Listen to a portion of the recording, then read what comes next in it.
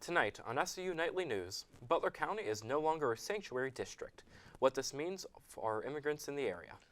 Also, water and air quality in Slippery Rock has been a topic of conversation since the train derailment in Ohio. We have the university's response for you coming up in the newscast. Finally, Disney, the place where dreams come true, ends up in a nightmarish situation as Governor Ron DeSantis takes away the company's self-governing rights. All this and more on SRU Nightly News.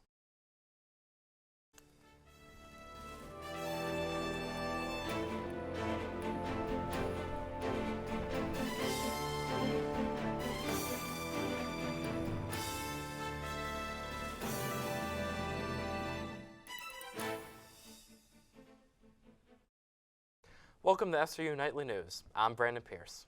And I'm Bex Preneta. On Monday morning, a fire broke out in a home in Butler County. The house fire, which was reported at approximately 5:30 a.m., occurred on 3 Degree Road in Penn Township. Authorities say the cause of the fire has not yet been determined. No injuries have been reported. As more information becomes available, we will continue to update this story. A 51-year-old woman was struck by a car while walking her dog in Mercer County on Friday. Vicar Ekman was walking along Enterprise Road when an SUV struck her. First responders reported that Ekman was transported to the hospital and suffered undisclosed injuries as a result of the crash. As of Friday afternoon, Ekman was in stable condition. 34-year-old George Downs was the driver of the SUV. A fatal car accident occurred early Monday morning in Mercer County. 48-year-old Sean Wyke was driving north on Route 173 in Wolf Creek Township when his vehicle hit a deer. The deer crashed through Wyke's windshield, striking him in the head before exiting through the back windshield. According to authorities, the coroner pronounced Wyke dead at the scene.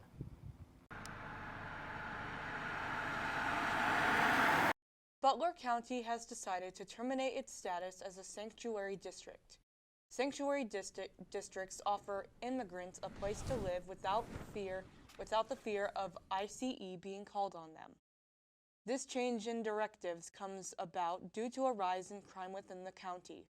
Over the weekend, Republican Representative Stephanie Scialaba spoke with a member of the Butler community who expressed concern over drugs being brought into the area from Mexico. According to experts, 57 of 66 recent drug overdoses in the county have ties to fentanyl. With its sanctuary status removed, the Butler County Prison will house illegal ICE detainees and also report to ICE on a weekly basis. A firefighter is suing the city of Butler, claiming he is owed more than $35,000 in lost wages. Donald Crawford claims that the city ignored claims of harassment and in turn passed him over on promotions. The harassment claims aren't completely clear at this time. The city of Butler commented that they are aware of the lawsuit and plan to fight it in court. When commenting on the lawsuit, the city solicitors shed light on the alleged unprofessional behavior. A judge has been selected to hear the suit. We'll keep you updated as the story progresses. While in East Palestine, Ohio, Governor Mike DeWine suffered an accident while making rounds with state and federal officials. According to reports, DeWine was exiting the First Church of Christ when an accident occurred, injuring his ankle. The governor has spent a considerable amount of time in East Palestine since the train derailed on February 3rd, spilling toxic chemicals into the surrounding area. Butler County has added a spotted lanternfly quarantine list. According to the Department of Agriculture's website, residents within the quarantine zone are restricted from moving lanternfly nests or eggs to other locations. Individuals and businesses should also inspect items such as firewood, outdoor furniture, and outdoor packing materials prior to relocating them. As we've previously reported, the Department of Agriculture states that these menaces to the environment should be killed immediately. Per the department's website, intentional movement of spotted lanternflies is expressly prohibited. Anyone violating the quarantine could face criminal or civil penalties. Since the devastating train derailment on February 3rd in East Palestine, Ohio, residents in Ohio and Pennsylvania continue to be concerned about air and water quality. In a 5-mile radius of East Palestine, more than 38,000 fish are reportedly dead due to pollution that made its way into the surrounding rivers. While Slippery Rock is in northeast of the accident site, Slippery Rock residents were concerned about the spread of chemicals from the controlled release in East Palestine.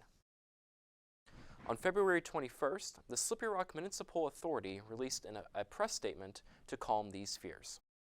According to the statement, the municipal authority had been diligently monitoring the water supply. The samples taken show no quality concern. They assured that testing would continue to take place. Swipes, flex, and exchanges. Oh my. Sarah Anderson from the Rockets stepped up to Rockies to figure out the deal with paying for food on campus. Sarah.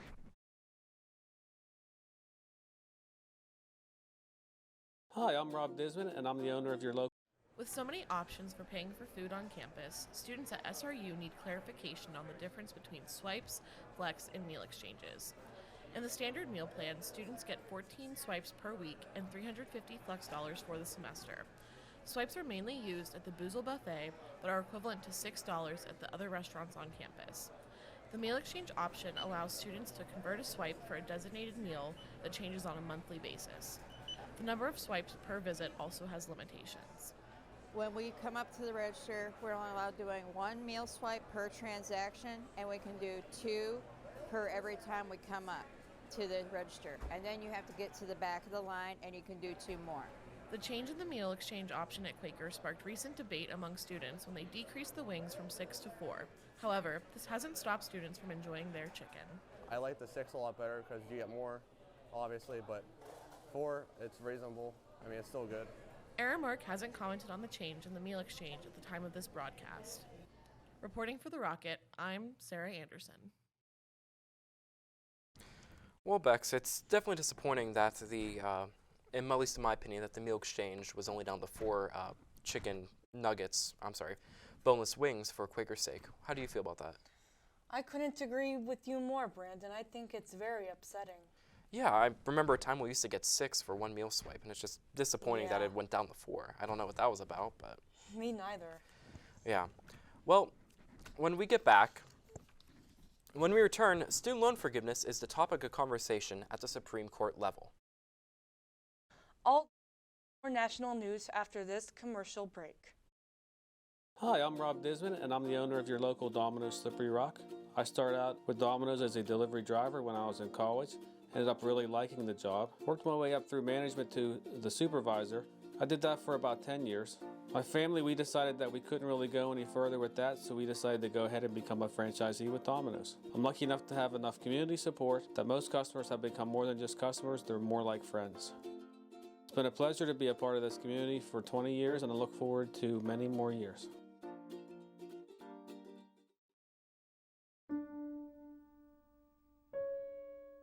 As years pass and people come and go from our lives, all we have is our memories. From the family gathering to the summer baseball games to that first trip to Disney, those memories are something to be cherished. I thought many of those memories were lost to time and outdated technology, but with Memory Lane Media, they gave me those memories back so that I can share them with my grandkids, and they can share them with their kids one day.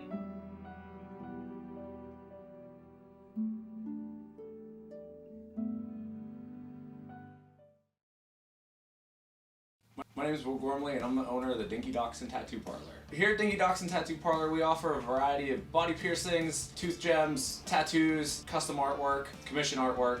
What our inspiration here at the Dinky Dachshund is to just look at the walls, look around the shop. There's so much stuff in here to look at. Our goal here is to supply our customers with a personalized, high-quality experience when getting a tattoo or a piercing. My name is Lily Hazett. I am the receptionist and the piercer. We also offer different kinds of jewelry, colored jewelry, whether it's a hoop, a stud, and everyone can kind of pick out what they want. They don't have to start with something that's plain. They can start with something that makes them happy and it'll look good on their body or ear. I'm Alex Aspinall, and I'm the shop's second artist.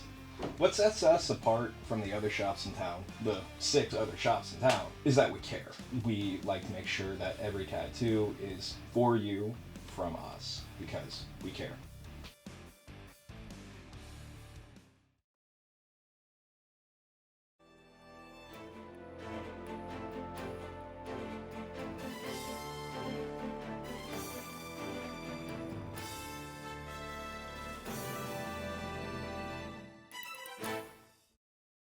Welcome back. On Tuesday, the Supreme Court heard arguments of the scope of the HEROES Act and whether it could be applied to the COVID-19 pandemic. President Biden campaigned on the promise of canceling student loan debt to help students enter their post-college years with fewer fees weighing them down. The HEROES Act, which was passed after the September 11th attacks in 2001, granted the Secretary of Education the authority to waive student loans. At the time, it was meant to keep students from becoming financially disadvantaged due to war or national emergency. However, 6 Republican-led states believe the HEROES Act doesn't apply to the recent pandemic.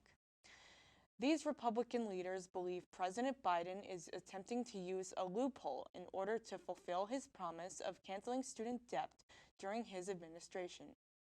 Should the Supreme Court rule in favor of the HEROES Act, millions of students could see $20,000 in debt waived from their student loans. Republicans looking to take part in the 2024 debates will have to take a loyalty pledge. On Sunday, Republican National Committee Chair Ronna McDaniel spoke about the pledge on CNN. Republican candidates will be asked to pledge their support to whomever becomes the party's nominee. While this pledge is nothing new, this will be the first time it is required for a candidate to appear in a national debate.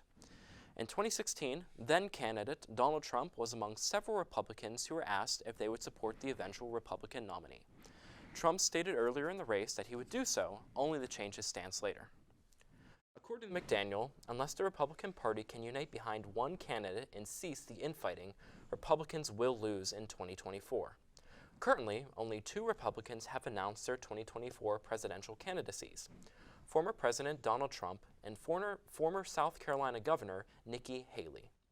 When asked during the interview if she believed the former president would commit to the pledge, McDaniel seemed confident that Trump would support whomever the party selected. One Republican has made his stance on a Trump nomination clear. Former House Speaker Paul Ryan has stated that he will not attend the Republican National Convention should former President Donald Trump, be nominated as his party's presidential nominee. Ryan believes that Trump's actions have harmed the Republican Party both during and after his presidency. Within hours of Ryan's comment on the nomination, Trump went after Ryan on social media. Trump publicly labeled Ryan a loser and claimed that Mitt Romney could have done without Ryan on his presidential ticket. Over the weekend, Russian President Vladimir Putin spoke publicly about the current relationship between Russia and the countries involved in NATO. Recently, tensions between Russia and NATO have been high. The relationship went further downhill this past Tuesday as Russia backed out of the New START treaty, signed in 2010. This treaty included agreeing to nuclear warhead and missile inspections. While no countries have joined Ukraine in their fight against Russia, numerous countries, including the United States, have offered aid. Moscow leadership, however, believe that Russia must be fully prepared for any possible outcome, even those that are involved in the use of nuclear weapons. While Russia has withdrawn from New START, President Putin clarified that his country would continue to keep the U.S. informed on test launches of their ballistic missiles. Putin's belief that the Western NATO countries their desire to dismantle Russia are nothing new. This has long been one of the several justifications for Russia's invasion of Ukraine. As of today, the war in Ukraine has been going on for 370 days. To be frank with you, Brandon, I don't believe that the invasion is Russia's fault. I believe that the invasion is Putin's fault because he was the reason behind all this. Yeah, I can definitely see that. It seems like there's been a lot of backlash from the Russian people as well regarding this all. Yeah, because Russians are not evil. Putin's the evil one. Okay. All right. After speculation that China was gearing up to aid Russia in its war against Ukraine, the country called for a plan for peace.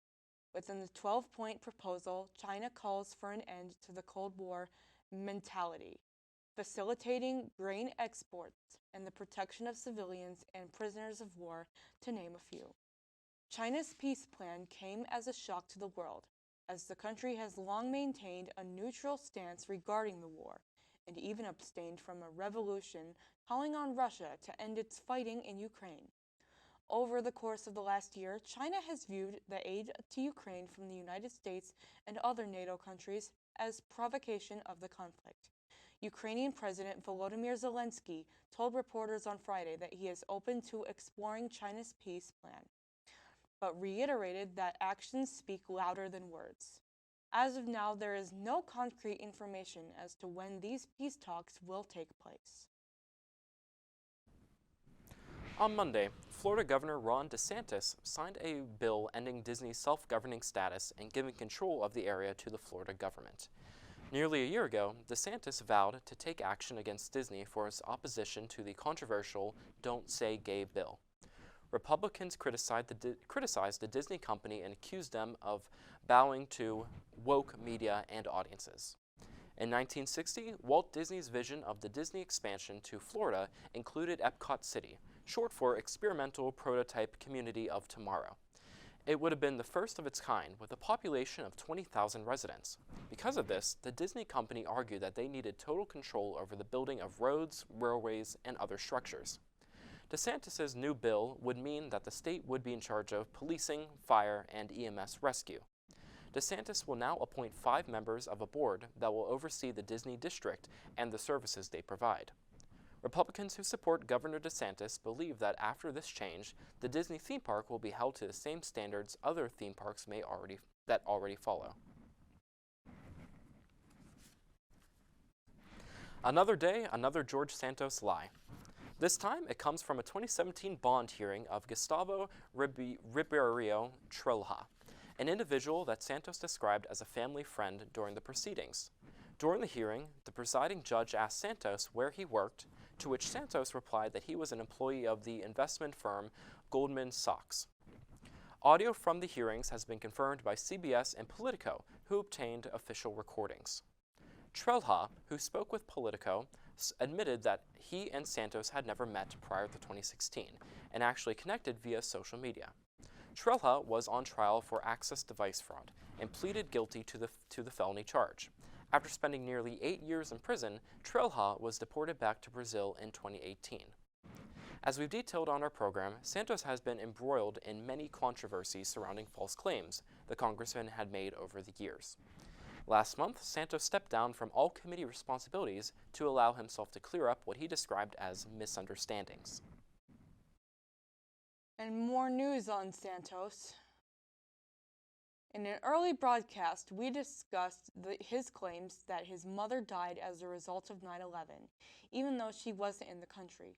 Santos claimed that he was a producer of the former Broadway show Spider-Man the Musical, to which the actual producers have disputed. As the result of these ongoing allegations of Santos's lies, his own party is starting to turn their backs on the freshman congressman. As the State of the Union earlier this year, Santos had a tense interaction with Senator Mitt Romney over Santos's choice not to quietly sit in the back due to the controversy he was bringing on the party. Mitt Romney had this to say about the interaction.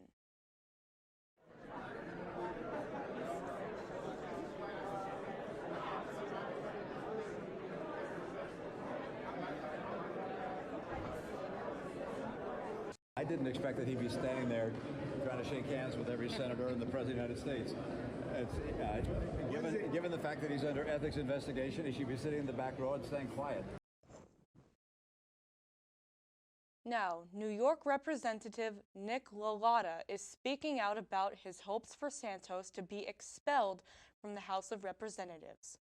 LaLotta believes that because of the continuing controversy, Santos is leaving the Republicans vulnerable as the country heads towards an election year. On Monday, Lalata shared his position on the matter to his Twitter followers. On February 22nd, Democratic States Representative Robert Garcia shared with his Twitter followers that a bill to expel Santos had reached 30 co-sponsors. Well, thank you all for joining us today. Just a few minutes ago, we filed in the House floor an expulsion of George Santos, of Congressman Santos. It's really important for us to recognize that George Santos is a fraud, a liar. He has lied about the most horrific shooting in LGBTQ modern history, the Pulse nightclub shooting. He's lied about 9/11. He's lied about the Holocaust. He's lied about his education. He's lied about his career. And as we all know, just recently, he's been now given classified access to important information and classified information that he should not have. There's been numerous Republicans that have called for his expulsion or resignation from Congress. As for Santos, he maintains that he has done nothing wrong and that he will continue to fight against the allegations made against him. It seems like a lot of controversy regarding Santos now. What are your thoughts on all that, Bex? I couldn't agree more with you. I mean, Santos is a liar. He should be expelled from the House of Representatives, but that's up to whoever's in charge of the House. Yeah, and just being caught up in all these different lies. Like the one that sticks out to me was the Spider-Man musical specifically. That happened all those years ago, and it became a joke. Why would you even want to be associated with that, especially since it was a flop? Yeah. That's where I'm coming at. But when we come back, we have an interview with a 2017 alumni who will star in The Lifespan of a Fact, a play coming to the Butler Little Theater. Stay tuned. Hi, I'm Rob Disman, and I'm the owner of your local Domino's Slippery Rock.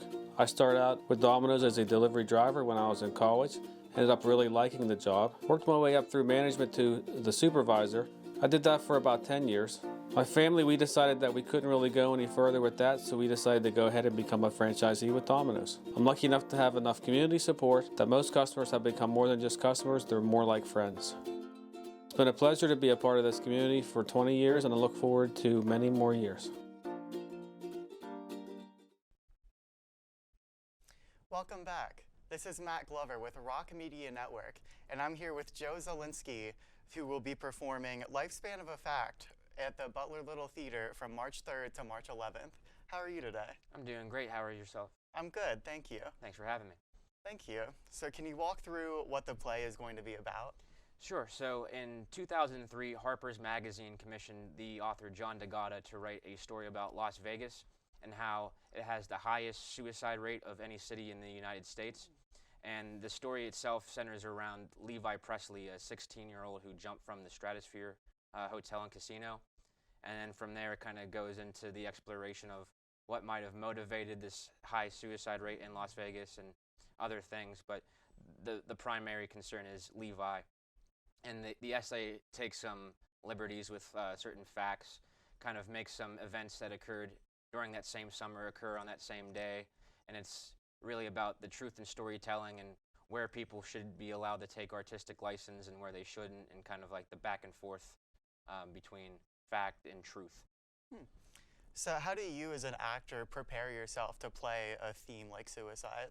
I definitely researched a lot of the source material. I read the book. I've read John's other collections that he's published. I followed Jim's fact-checking and researched a lot of the stuff that was discussed in the essay. Just read as much as I could, watched stuff, talked to people who've experienced similar things, and tried to deal with it in the most considerate manner possible. Just trying to get in that headspace and understand certain things a little bit better and trying to portray them as considerately as possible. Okay. Have you talked with any of the other actors about their methods as well?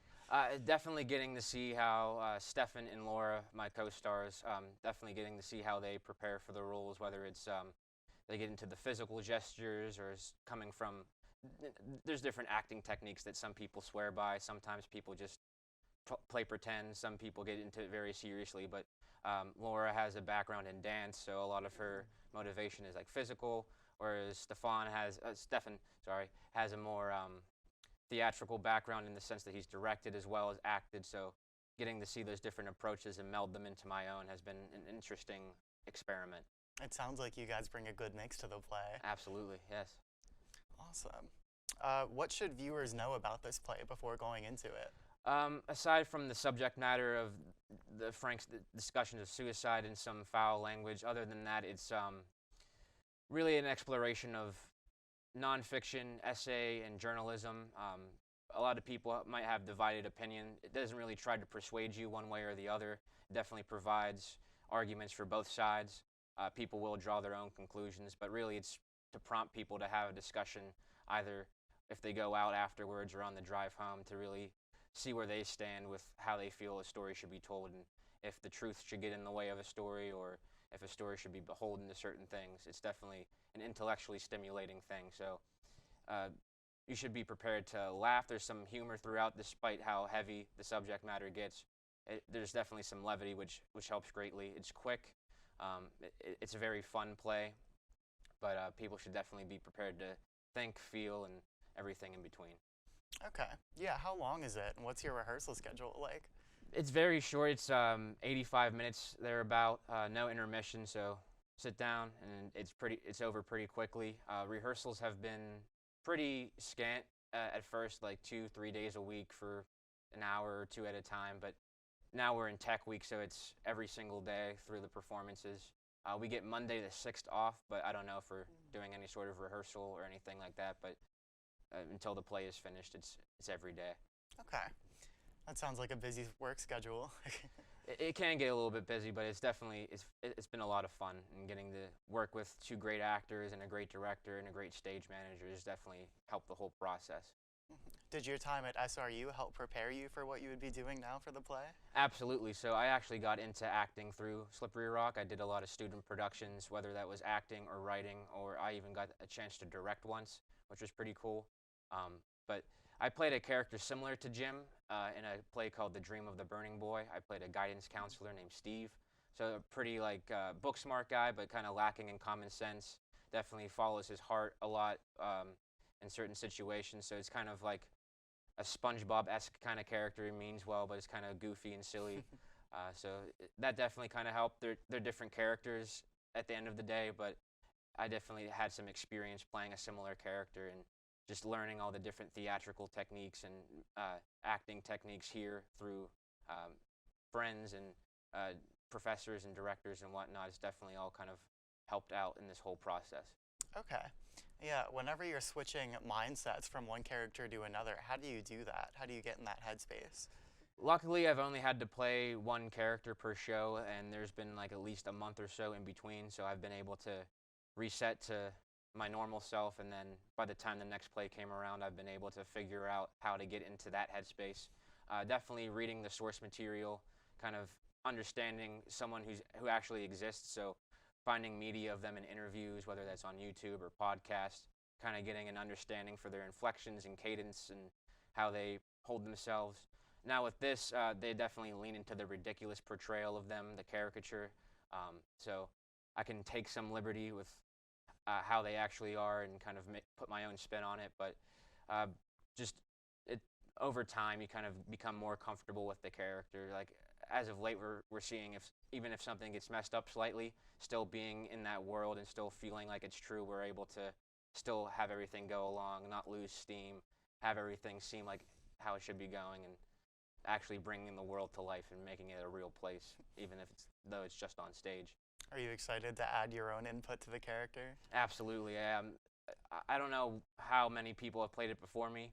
Daniel Radcliffe actually originated the role on Broadway, so he's an actor I really admire, so getting to do a role that he's done has been pretty cool. I haven't seen anybody else's performance.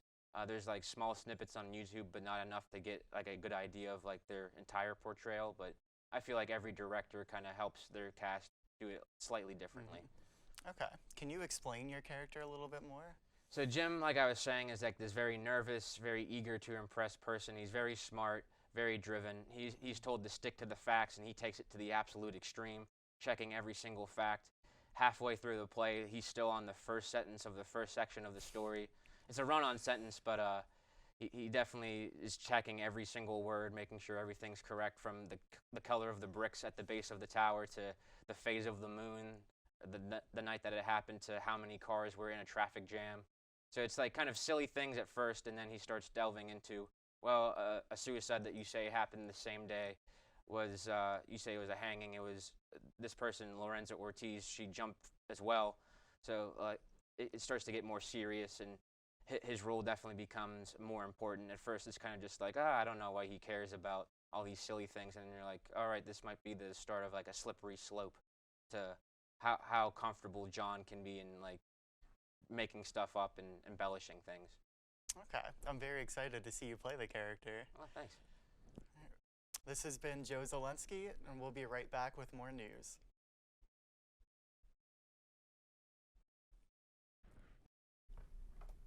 I'm Tyler. I'm Aiden. And I'm Eddie. And this is your weekly SRU Sports Roundup. The SRU men's basketball saw their season come to a close as they were defeated by Pitt Johnstown on the road. They posted a record of 17-12 and made it back to the playoffs once again, but unfortunately have gone 4 straight trips without a win.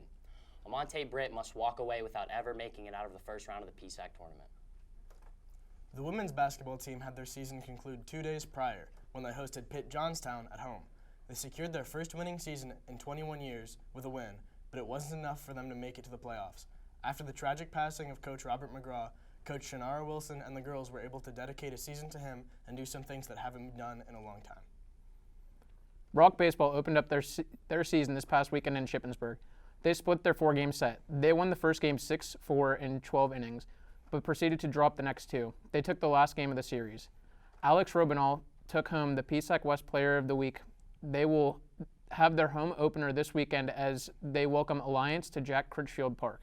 That's all for sports. Thanks for tuning in. We'll have more news after the break. Hi, I'm Rob Disman, and I'm the owner of your local Domino's Slippery Rock. I started out with Domino's as a delivery driver when I was in college. Ended up really liking the job. Worked my way up through management to the supervisor. I did that for about 10 years. My family, we decided that we couldn't really go any further with that, so we decided to go ahead and become a franchisee with Domino's. I'm lucky enough to have enough community support that most customers have become more than just customers, they're more like friends. It's been a pleasure to be a part of this community for 20 years, and I look forward to many more years.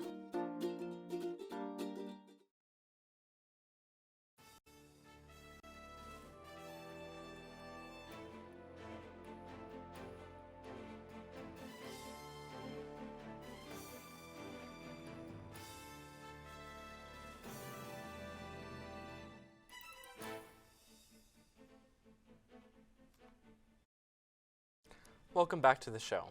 This Thursday, join the Office of Diversity, Equity, and Inclusion and Belonging at 5:30 p.m. for a night of fun.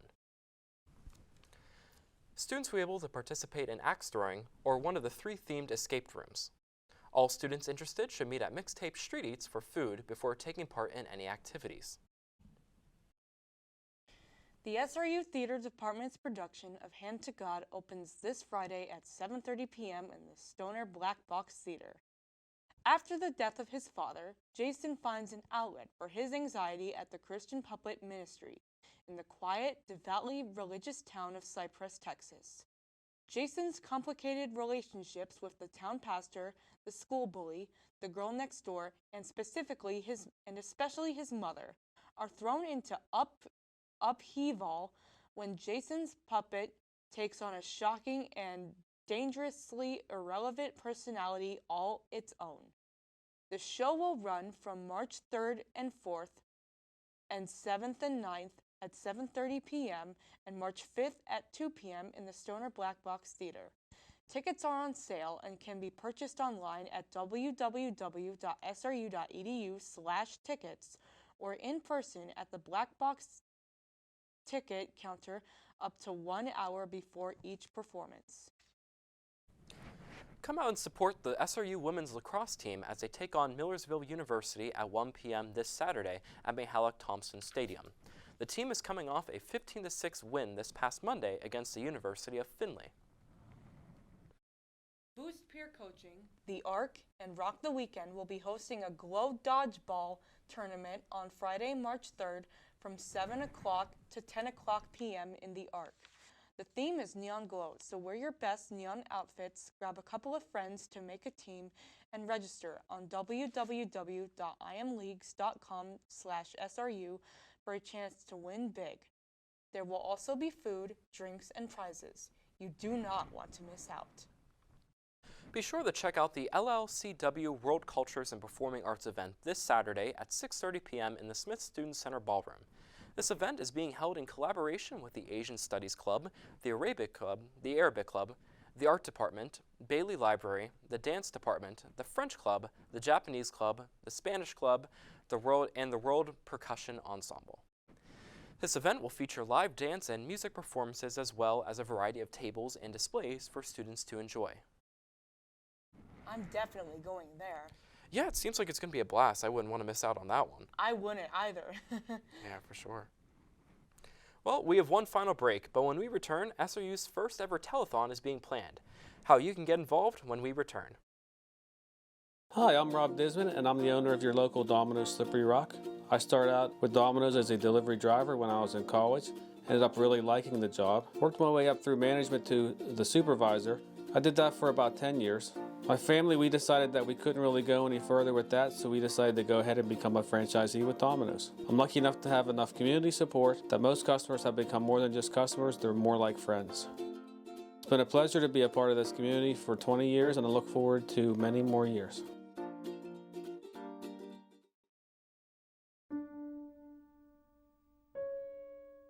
As years pass and people come and go from our lives, all we have is our memories. From the family gathering to the summer baseball games to that first trip to Disney, those memories are something to be cherished. I thought many of those memories were lost to time and outdated technology, but with Memory Lane Media, they gave me those memories back so that I can share them with my grandkids, and they can share them with their kids one day.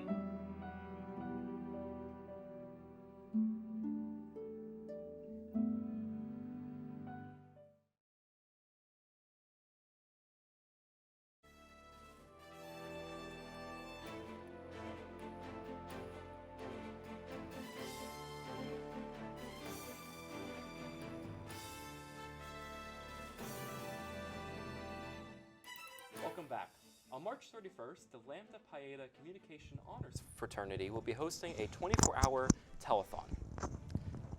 The event, which is designed to raise money for the Children's Hospital of Pittsburgh, will be live streamed to the WSRU-TV YouTube channel. WSRU-TV came together with Lambda to put together the fundraiser and offering their studio space and the help with the running of the equipment. Today, we're going to be joined by Lambda President James Cressman. So James, tell me a little bit more about this telethon. We're going to do a 24-hour telethon right here in the studio. We're going to have a bunch of organizations come together.